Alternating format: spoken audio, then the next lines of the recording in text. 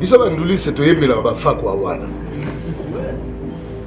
bafako oyo ozobaka to atake wana bango nde mpenza bafandisa masolo kuta banduliste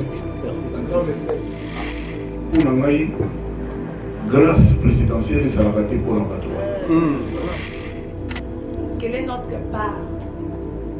Biso IGF aobundela biso na domaine nini tolingi toyeba awa tozwa point na biso en tant que baartiste po tosalaka mosala mais tozomona mbongo na biso te nyonso bakomi kokamwanga Congolix nalela Armele nalela Congolix ngai wabino ngai.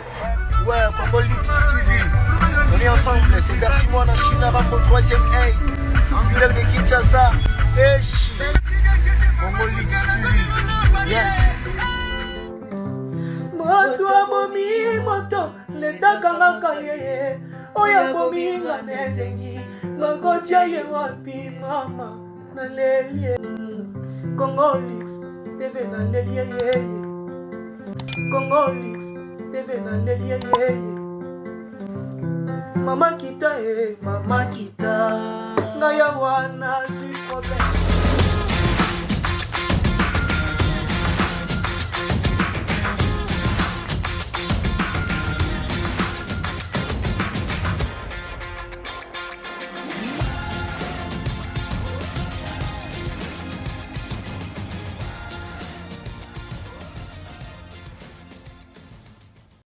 Abonnez-vous, activez la cloche de notification et n'hésitez pas non plus à liker la vidéo. Voilà, comme ça.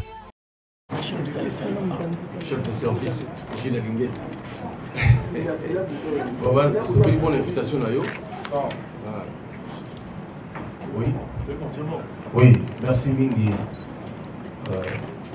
De Ronaldiso, Gilles Linguette, pour l'invitation à yo. Vraiment, tout très content. Quelque part, on puisse mettre valeur. Pour le phrase moi tu as dit créer une société. Merci. Nous avons salué attention. Pour aller plus vite en besoin, on a eu la question beaucoup. Pour lancer quelques phrases touchées moi. En place monsieur lobby Magou Yohana, tout diminuer en kaka. Ça dit toujours on a besoin de tout aussi ça ça fait mal. Donc on est toujours encourager l'action à l'IGF. Mais c'est pas question dans les abonnés. Pourquoi ne pas surveiller dans le lobby bateau ça la banzela? Et que Banzela a sous la tête. Pourquoi ne pas les surveiller pendant que Bazo le corps? Pourquoi il faut que regarder dans la soupe pour constater?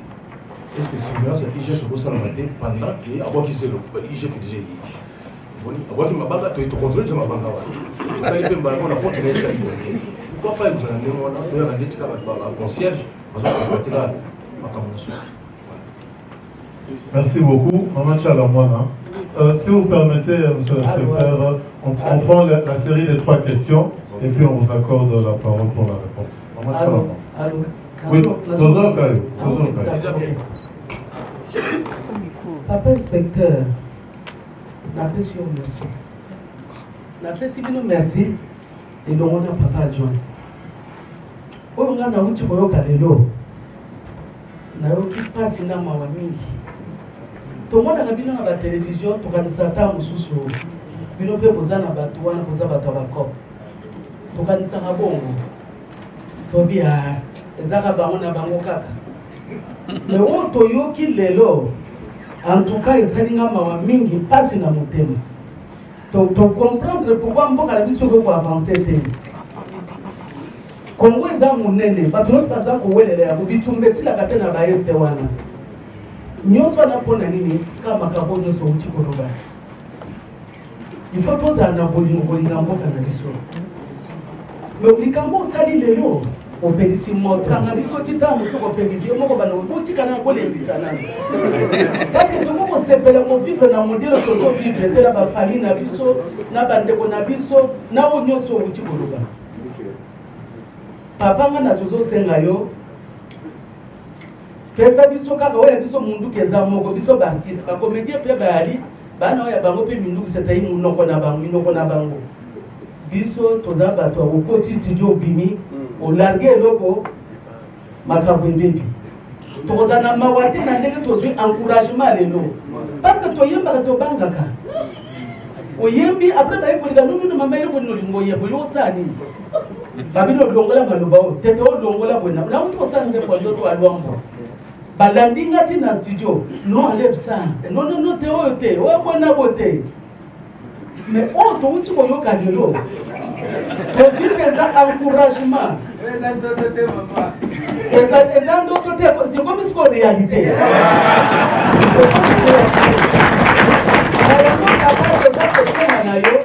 on la paix soutien na biso pe to soutenir yo o soutenir pe biso parce que tant to ko yemba ko beba bisika ba beno ka no beta biso na simo ko yeba ça c'est vrai ba ko landela ka biso oyembi bo poane oyembi parce que biso ko cité tina ba Congo baba ndo ko attaquer na ba biso na yango papa yeba ka ke na bamboka nyuso kala wona soki bobenga ka biso tant aussi on peut to ça déjà makambo si ekei parce que nous on aime bien gêner les gens toko di mateka yoza ko dia na zodi ate bamboka misuko tala ba fa blondi ba défendre bamboka na bango ba si jeune ngate bamboka ebele ba litara pona bamboka na bango mais besoin si grand pays comme ça pour tout le monde na pas si ya boye ndemo pesi biso courage pesi biso nzela on bito sala to intervenir on va le faire mais au soutenir le biso parce que tu repelles sa moto tu condimate tu conserver na o nyonso uti ko vraiment en tout cas tu ko sala yango même gratuitement tu ko sala yango. Merci beaucoup. Ici nyonso to média pesalia wa makambo oyo bato mingi bayokaka te comprendre rien, l'autre comprendre ma famille où il est par inspecteur, vous allez avoir tous les artistes, vous avez pris à vous servir, vous avez déjà vous servir depuis longtemps.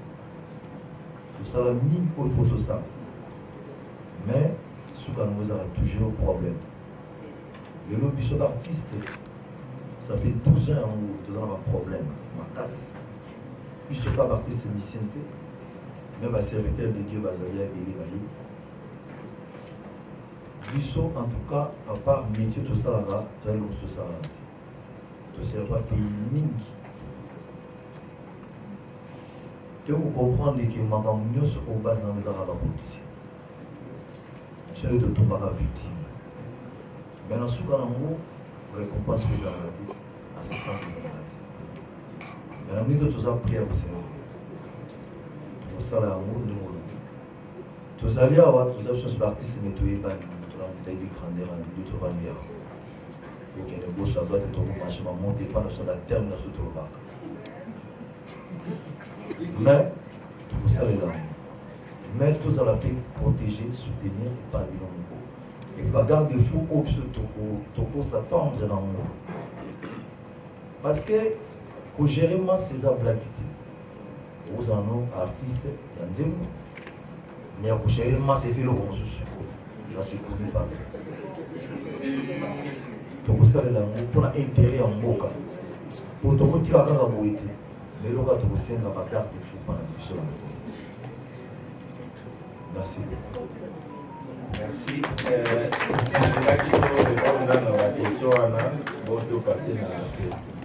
Nalingaki inspecteur otalaka ngai pe po liso na ngai eza il y a sérieux, il y a lutte contre la corruption. Biso bandulisi toyemelaka bafako wana bafako oyo ozobake to atake wana bango nde mpenza bafandisa masolo kuta bandulisi. Quand on parle de corruption, c'est comme l'impression qu'on indexe l'autre. Mais quelle est la corruption qu'il y a en soi-même? Et quelle est la façon de combattre la corruption aux Anakatina Motoye Moko? Et bien, IGF, aux côté civisme, aux côté de Christ. Pour le combat de la corruption, il y a moto. Là, sincèrement, ça fait un moment que j'ai analysé Congo. Parfois, je pleure. Les gens qui sont censés mener ce combat sont eux-mêmes corrompus. Mais corrompus-ils moi? Ngala musicien ndeba benga ya mokili na gogo kotisa bangulu na voyage na ngate menoka ba musicien ba Christ ba memba bangulu Il y a Christ.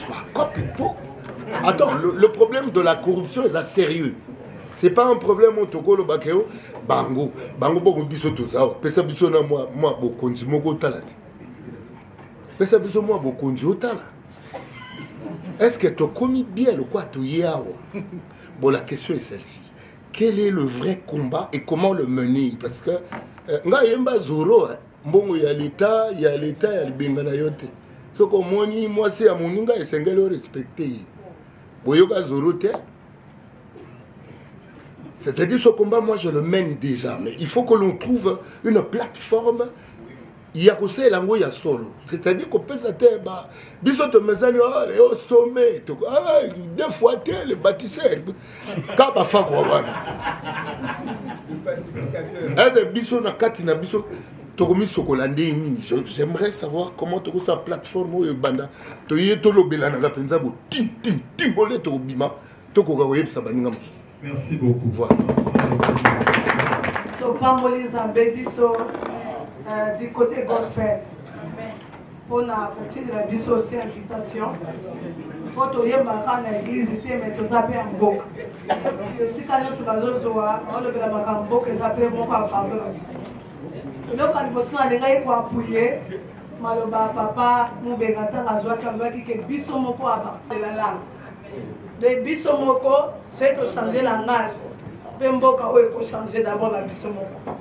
Et là, on a une la question.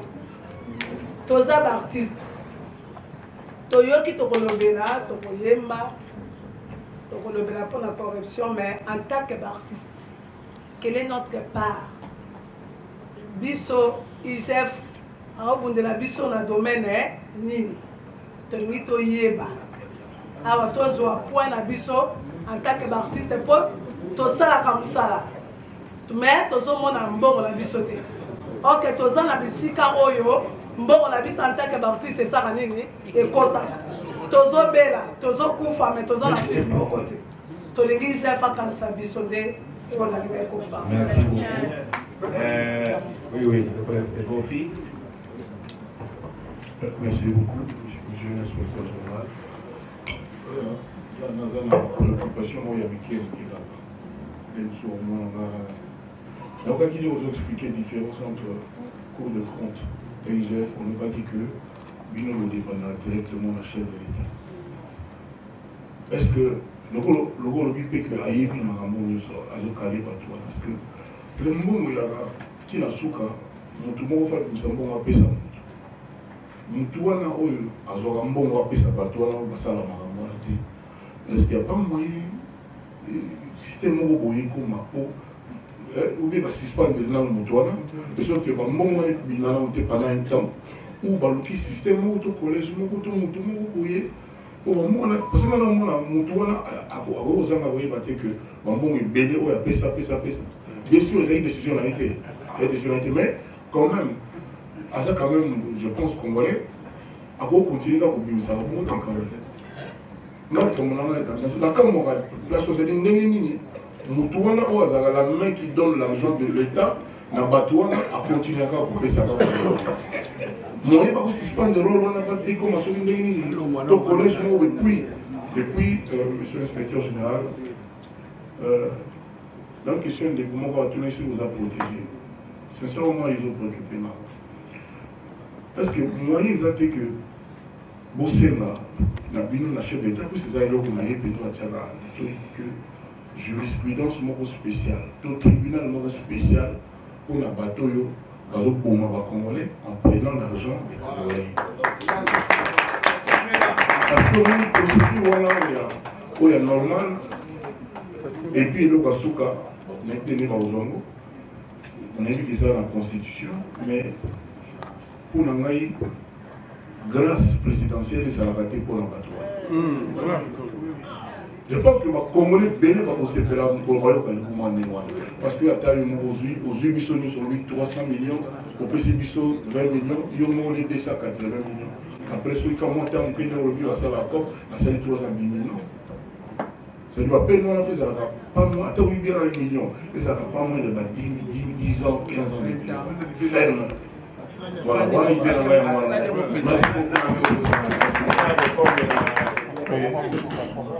merci beaucoup, monsieur l'inspecteur.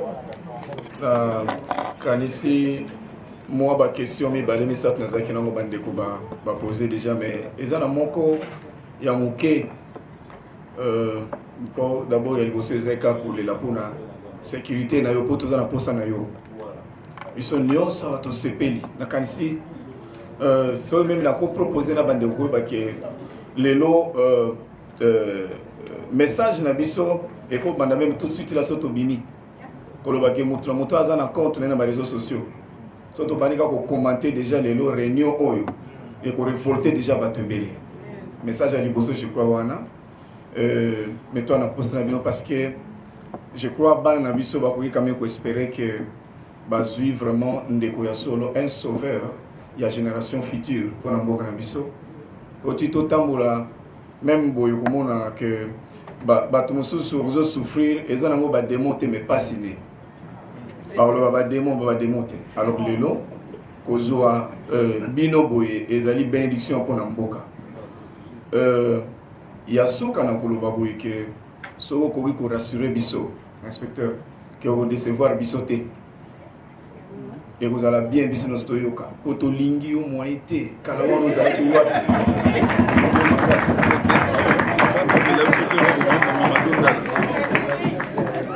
merci beaucoup. Voilà.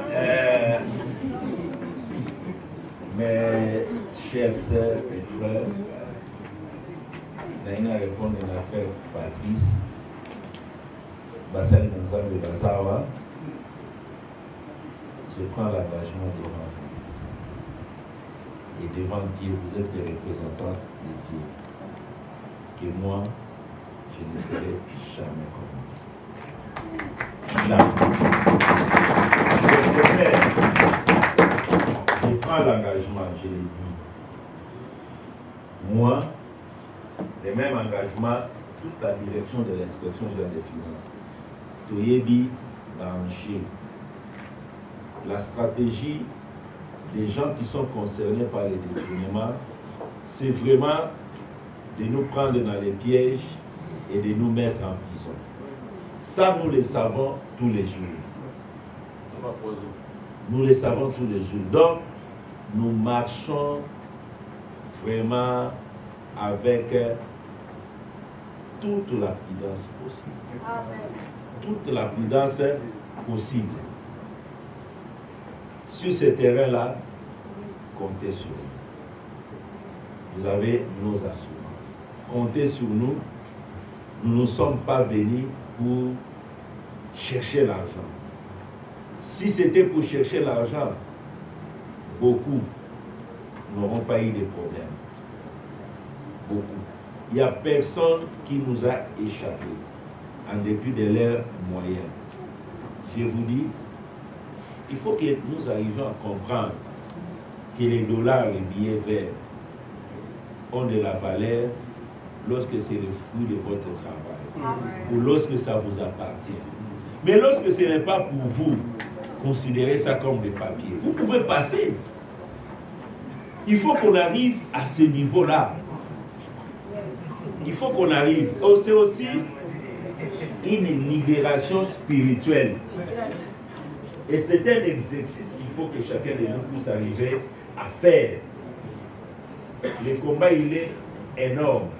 Et si vous vous engagez sur ce combat, sur cette voie, il faut tout d'abord vous mettre sur vos gardes. Et nous sommes conscients. Nous sommes conscients. La sécurité, premièrement, c'est le Dieu que vous priez. Amen. Et le chef de l'État est conscient de ce travail. Je pense que si vous entrez à l'inspection générale des finances, vous voyez les dispositifs sécuritaires que nous avons ici. Et c'est énorme. Mais la meilleure sécurité, c'est tout d'abord Dieu. Chaque jour, chaque matin, nous nous couvrons dans le sang de Jésus-Christ. Et nous sortons, nous marchons avec la vérité, nous marchons dans la vérité et dans le respect des lois. Il y a eu beaucoup de complots montés. Mais ça échoue toujours. Face à la vérité, il n'y a rien qui... Nabatonio Sabakomi Kokamwanga Congolix Nalela Armele Nalela Congolix Congolix Ngai Wabino Ngai. Ouais, Congolix TV. On est ensemble, c'est Bercy moi dans China Rambo 3e A. Angulaire de Kinshasa. Eshi. Congolix TV. Yes. Moto amomi moto letakangaka yeye oyo kominga nendengi makotia ye wapi mama nalelie Congolix TV nalelie yeye Congolix TV nalelie yeye mama kita ngaya wana suis problème.